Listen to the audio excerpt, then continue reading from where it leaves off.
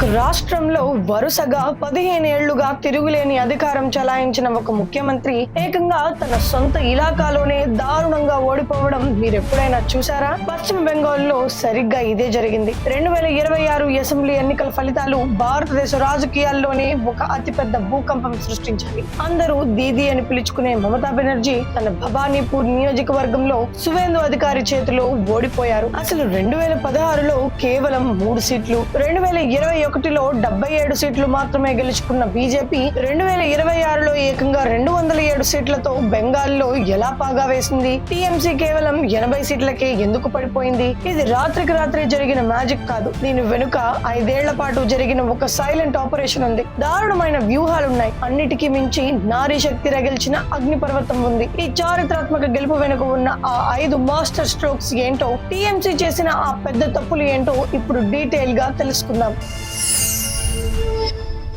మొదటిది మరియు అత్యంత కీలకమైనది ఆర్ఎస్ఎస్ సైలెంట్ ఆపరేషన్. బెంగాల్లో బీజేపీ గెలుపుకు పునాదులు వేసింది అమిత్ షా లేదా మోదీ మాత్రమే కాదు, ఆ పార్టీ వెనుక ఉన్న అసలైన సైన్యం ఆర్ఎస్ఎస్. 2021 ఎన్నికల తర్వాత చాలా మంది బీజేపీ పని అయిపోయింది అనుకున్నారు, కానీ ఆర్ఎస్ఎస్ అప్పుడే పని మొదలు పెట్టింది. 2021లో బెంగాల్లో సుమారు 6,000 ఉన్న ఆర్ఎస్ఎస్ శాఖలను 2026 నాటికి 11,500కు పెంచారు. అంటే దాదాపు 100% గ్రోత్. వాళ్ళు కేవలం మీటింగ్స్ పెట్టలేదు, గృహ సంపర్క్ అభియాన్ పేరుతో ప్రతి గడపకు వెళ్లారు. బెంగాల్లో ఏ గ్రామం, ఏ గల్లీ, ఏ మురికివాడ చూసినా ఆర్ఎస్ఎస్ కార్యకర్తలు ఉండేలా ప్లాన్ చేశారు. రాష్ట్ర వ్యాప్తంగా 1.75 లక్షల సమావేశాలు నిర్వహించారు. అంతేకాదు, పేదరికంలో ఉన్న హిందువులు టీఎంసీ ఇచ్చే 1,500 రూపాయల కోసం వాళ్లకు ఓటు వేస్తున్నారని గమనించారు. వెంటనే 1,100కు పైగా మురికివాడల్లో సేవా బస్తీలను స్థాపించారు. అక్కడ ఉచిత విద్య, మెడికల్ క్యాంపులు లాంటివి ఏర్పాటు చేసి పేద ప్రజల నమ్మకాన్ని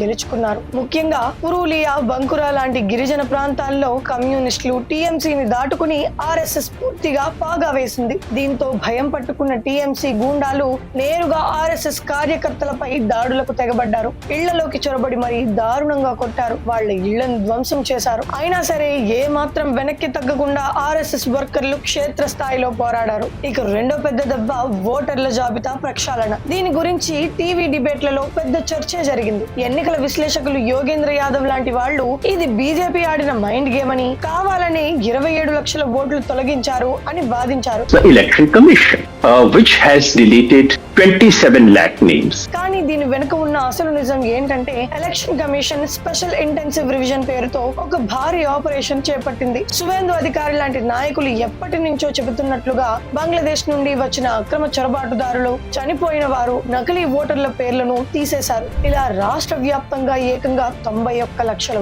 ఓట్లను తొలగించారు. వీటిలో చాలా వరకు ముర్షిదాబాద్, మాల్దా, నార్త్ 24 పరగణాలు లాంటి బంగ్లాదేశ్ సరిహద్దు జిల్లాల్లోనివే. ఈ ఒక్క దెబ్బతో టీఎంసీ ఓటు బ్యాంకు పునాదులు కదిలిపోయాయి. మూడోది ముస్లిం ఓటు బ్యాంకు ముక్కలు కావడం. బెంగాల్లో సుమారు 30% ముస్లిం జనాభా ఉన్నారు. వీరంతా దశాబ్దాలుగా టీఎంసీకి కంచుకోట. కానీ ఈసారి ఆ కోట బీటలు వారింది. ఒకవైపు కాంగ్రెస్, ఇంకోవైపు అబ్బాస్ సిద్దికీకి చెందిన ఐఎస్ఎఫ్, వీటికి తోడుగా అసదుద్దీన్ ఓవైసీకి చెందిన ఏఐఎంఐఎం మరియు టీఎంసీ నుండి బయటకు వచ్చి హుమాయూన్ కబీర్ పెట్టిన ఏజేయూపీ పార్టీలు రంగంలోకి దిగాయి. ఓవైసీ మరియు కబీర్ పార్టీలు ముందు పొత్తు పెట్టుకున్నాయి, కానీ పోలింగ్ కు సరిగ్గా ముందు రోజు విడిపోయాయి. దీంతో ముస్లిం ఓటర్లలో తీవ్ర గందరగోళం నెలకొంది. ముస్లిం ఓట్లు 5 వర్గాలుగా చీలిపోయాయి. ఒక్క ఓటు కూడా వృధా కాకుండా చూసుకునే టీఎంసీకి ఈ ఓట్ల చీలిక కోలుకోలేని దెబ్బతీసింది. దీంతో ఓటమి భయంతో ఆందోళనకు గురైన మమతా బెనర్జీ ఏకంగా బహిరంగ సభల్లోనే హిందువులను ఉద్దేశించి ప్రత్యక్ష బెదిరింపులకు దిగారు. మేమున్నాం కాబట్టి మీరంతా ప్రశాంతంగా ఉన్నారు, అదే ఒక వర్గం ఏకమైతే మిమ్మల్ని చుట్టుముట్టి పని పట్టడానికి ఒక్క సెకండ్ కూడా పట్టదు అంటూ నేరుగానే వార్నింగ్ ఇవ్వడం పెను సంచలనంగా మారింది. আমরা আছি বলে না আপনারা সবাই ভালো আছেন, আর যদি আমরা না থাকি কোনোদিন সেরকম আসে 1 সেকেন্ড লাগবে। একটা কমিউনিটি যখন জোট বাঁধে না, ঘিরে ফেললে 1 সেকেন্ডে দেবে একদম 12টা বাজিয়ে।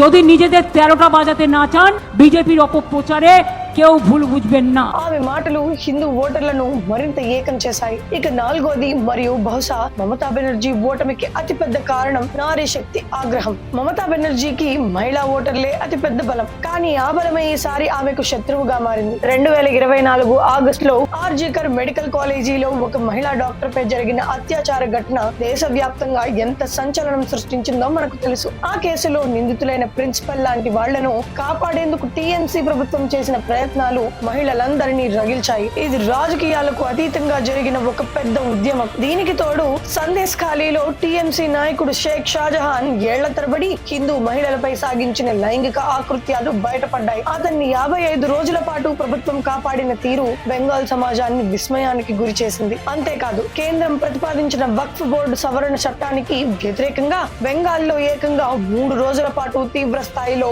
మత ఘర్షణలు, హింసాత్మక ఘటనలు జరిగాయి. హిందువులపై దాడులు జరుగుతున్నా సరే బెంగాల్ పోలీసులు కేవలం ప్రేక్షక పాత్ర వహించారు. అది చాలదన్నట్టు ఏప్రిల్ 2025లో ముర్షిదాబాద్ లో శ్రీరామనవమి శోభాయాత్రపై దాడులు జరిగితే పోలీసులు చోద్యం చూశారు. ఈ వరుస ఘటనలతో రాష్ట్రంలో లా అండ్ ఆర్డర్ పూర్తిగా కుప్పకూలిపోయిందని, ఇక వీధి మమ్మల్ని కాపాడలేదని మహిళలు మరియు సామాన్య ప్రజలు బలంగా నమ్మారు. అదే ఓట్ల రూపంలో సునామీలా మారి బీజేపీకి అఖండ మెజారిటీని కట్టబెట్టింది. ఐదోది బూత్ మేనేజ్మెంట్ మరియు మతువా కమ్యూనిటీ మద్దతు. సువేందు అధికారి టీఎంసీని వీడి బీజేపీలోకి రావడమే బెంగాల్ రాజకీయాల్లో అతిపెద్ద టర్నింగ్ పాయింట్. ఎందుకంటే ఆయన కేవలం ఒంటరిగా రాలేదు. టీఎంసీ బూత్ లెవెల్లో ఎలా దొంగ ఓట్లు వేయిస్తుంది, వాళ్ళ బూత్ సిండికేట్ వ్యవస్థ ఎలా పనిచేస్తుంది, ఇలాంటి అత్యంత రహస్య ఇంటర్నల్ ఇన్ఫర్మేషన్ అంతా బీజేపీకి తీసుకొచ్చారు. ఆ సమాచారంతోనే సువేందు పక్కా వ్యూహాలు రచించారు. ప్రతి బూత్ కి ఒక ఏజెంట్, ఒక కెమెరా, ఒక ఆర్ఎస్ఎస్ కార్యకర్త ఉండేలా చూసుకుని టీఎంసీ వాళ్ళు దొంగ ఓట్లు వేయకుండా అడ్డుకట్ట వేశారు. దీనివల్ల 2026 ఎన్నికల్లో 92% కి పైగా రికార్డ్ పోలింగ్ నమోదయ్యింది. సాధారణంగా పోలింగ్ శాతం ఇంతలా పెరిగితే